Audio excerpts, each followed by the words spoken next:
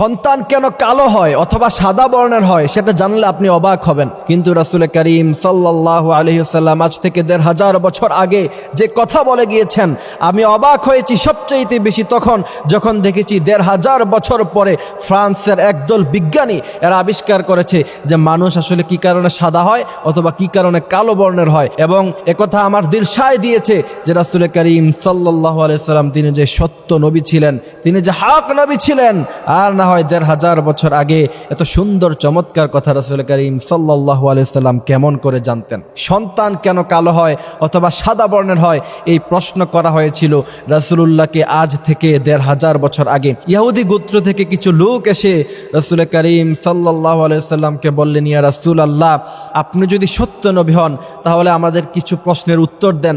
তার মধ্য থেকে অন্যতম প্রশ্ন হলো, আপনি বলেন তো মানুষ কেন কালো হয় অথবা সাদা হয়? যদিও আল্লাহ সুবহানাহু ওয়া তাআলা মানুষদেরকে কালো অথবা সাদা বর্ণের করে পাঠান, কিন্তু এটার একটা মূল নীতি আছে।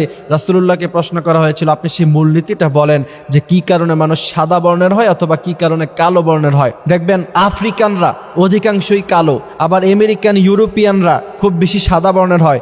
আর আমাদের এশিয়া মহাদেশে যারা আছে, বাংলাদেশ, ইন্ডিয়া, পাকিস্তান, তারপর আপনার নেপাল, ভুটান, এই সমস্ত রাষ্ট্রের মানুষগুলি একটু শ্যামলা বর্ণের হয়, ঠিক কিনা? কিন্তু সন্তান কেন কালো হয় অথবা সাদা হয় সেই প্রশ্ন যখন রাসূলুল্লাহকে করা হলো, রাসূল করিম সাল্লাল্লাহু আলাইহি ওয়াসাল্লাম চমৎকার উত্তর দিয়ে বলেছিলেন, স্বামী স্ত্রী যখন কনজুগাল লাইফ লিড করে ওই সময় যদি মেয়ের ফ্লুইড যদি বেশি বাইর হয়ে যায় তখন সন্তান সাধারণত কালো বর্ণের হয়, আর যদি ছেলের ফ্লুইড বেশি বাইর হয় তাহলে সন্তান সাদা বর্ণের হয়।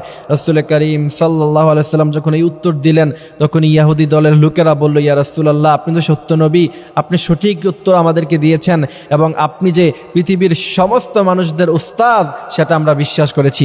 এই জন্য প্রিয় ভাইয়েরা আমাদেরকে এই কথাগুলি বুঝতে হবে। কিন্তু সন্তান কালো হওয়া অথবা সাদা হওয়া এটা কিন্তু আল্লাহ সুবহানাহু ওয়া তাআলার হাতেই। তার কারণ হলো, আপনি দেখবেন আফ্রিকানরা বংশগতভাবে কালো, পুরো দেশের সমস্ত মানুষই কালো, আবার বাংলাদেশের প্রায় ম্যাক্সিমাম মানুষ কিন্তু শ্যামলা, আবার আপনি যদি যুক্তরাষ্ট্রের দিকে যান ওই দিকের ম্যাক্সিমাম মানুষ কিন্তু সাদা বর্ণের। সুতরাং বংশগত একটা ব্যাপার আছে। তারপরেও এগুলির মধ্যেও কোনো সন্তান কালো বর্ণের হয়, কোনো সন্তান সাদা বর্ণের হয়, কিন্তু সবাইকে সৃষ্টি করেছেন আল্লাহ সুবহানাহু ওয়া তাআলা। বলছেন, ফাতাবারাকাল্লাহু আহসানুল খালিকিন, কালো বর্ণের হও অথবা সাদা বর্ণের হও, তোমাকে সবচেয়ে বেশি সুন্দর করে আমি আল্লাহ সুবহানাহু ওয়া তাআলা তৈরি করেছি। ওয়াত্তিন ওয়াজ্জাইতুন ওয়া তুরি সিনিন ওয়া হাযাল বালাদিল আমিন। কোরআন আল কারীমে 4টি কসম খাওয়ার পর আল্লাহ বলছেন, লাকাদ খালাকনাল ইনসানা ফি আহসানি তাকওয়িম, মানুষদেরকে সবচেয়ে সুন্দর আকৃতি দিয়ে তৈরি করেছি। সুবহানাল্লাহি ওয়া বিহামদিহি সুবহানাল্লাহিল আযীম। এজন্য তুমি সাদা হও কিবা কালো হও, দেখো রক্ত তোমার লাল। একটা কথা আছে না, ওই যে আল্লামা মুহিব খানের, তিনি বলছিলেন, তুমি সাদা হও কিবা কালো হও,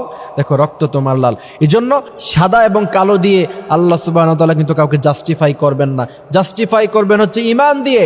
তোমার হৃদয়ে কতটুকু তাকওয়া আছে সেটা দেখবেন। বিশ্বনবী সাল্লাল্লাহু আলাইহি ওয়াসাল্লাম বলছেন, আল্লাহ সুবহানাহু ওয়া তাআলা যদি কোনো মানুষকে সাদা অথবা কালো বর্ণ দিয়ে জাস্টিফাই করতেন, বেলালের মতো হাবশী গোলাম কালো মানুষ কোনোদিন ঈমান পেত না। আবু জাহেলের মতো আবুল হেকাম সে ঈমান পেয়ে যেত। এই জন্য মনে করতে হবে, সুন্দর হও তুমি কালো হও অথবা সাদা হও, বানিয়েছেন আল্লাহ সুবহানাহু ওয়া তাআলা।